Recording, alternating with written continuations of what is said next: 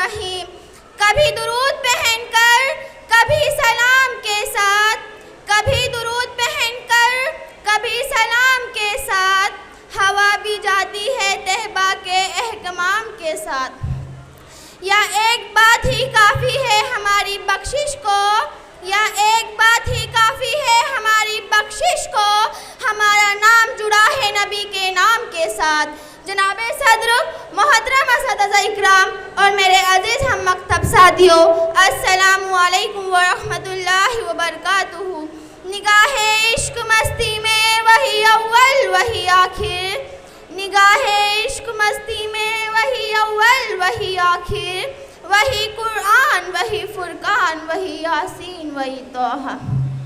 جناب صدر، جب میں سیرت النبی صلی اللہ تعالیٰ علیہ وسلم کا تذکرہ کرتی ہوں تو مجھے طائف کی وادی میں پتھر کھا کر ہدایت کی دعا دینے والے نظر آتے ہیں.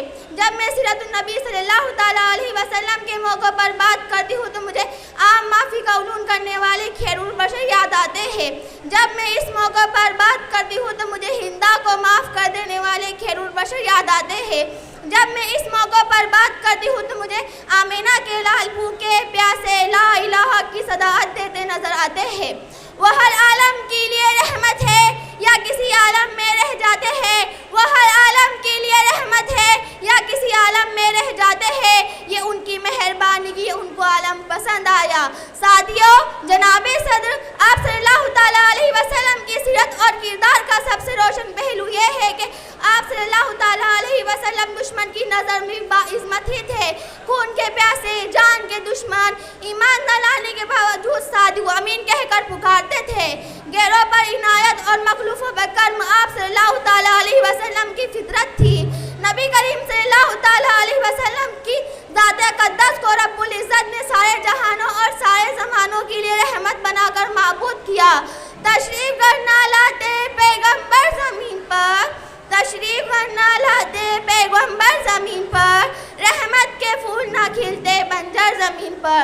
جناب صدر، میں نبی صلی اللہ تعالیٰ علیہ وسلم کے اندر صداقت تھی جس سے ابو بکر صدیق بن گئے. میں نبی صلی اللہ تعالیٰ علیہ وسلم کے اندر عدالت تھی جس سے عمر فاروق اعظم بن گئے. میں نبی صلی اللہ تعالیٰ علیہ وسلم کے اندر سخاوت تھی جس سے عثمان غنی بن گئے. میں نبی صلی اللہ تعالیٰ علیہ وسلم کے اندر شجاعت تھی جس سے علی شیر خدا بن گئے. زندگیاں بیت گئی اور قلم ٹوٹ گئے، تیرے اوصاف کا ایک باب بھی پورا نہ ہو سکا. جناب صدر، جس کے دل میں محبت نہیں، الفت نہیں، جذبہ نہیں، ایسا دل والا انسان فاسق تو ہو سکتا ہے، منافق تو ہو سکتا ہے، فریق تو ہو سکتا ہے، پر ایسا دل والا انسان مومن اور مسلمان نہیں ہو سکتا. آج عشق رسول کے بڑے بڑے دعوے کرنے والے گستاخ رسول کا ساتھ دیتے نظر آتے ہیں. جناب صدر، میں یہاں یہ بھی کہنا ضروری سمجھتی ہوں کہ عشق رسول یہ نہیں کہ ایک بڑا سا چراغا کر لو یا جھوم جھوم کر نعتیں پڑھ لو یا تقریریں کر لو.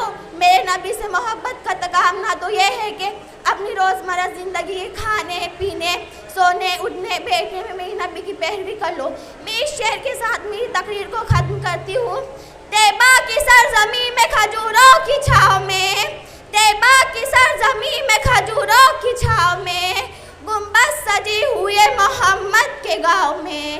اس شخص کے نصیب کا عالم نہ پوچھئے، اس شخص کے نصیب کا عالم نہ پوچھئے جو مر گئے گنبد خضرا کی چھاؤں میں. السلام علیکم.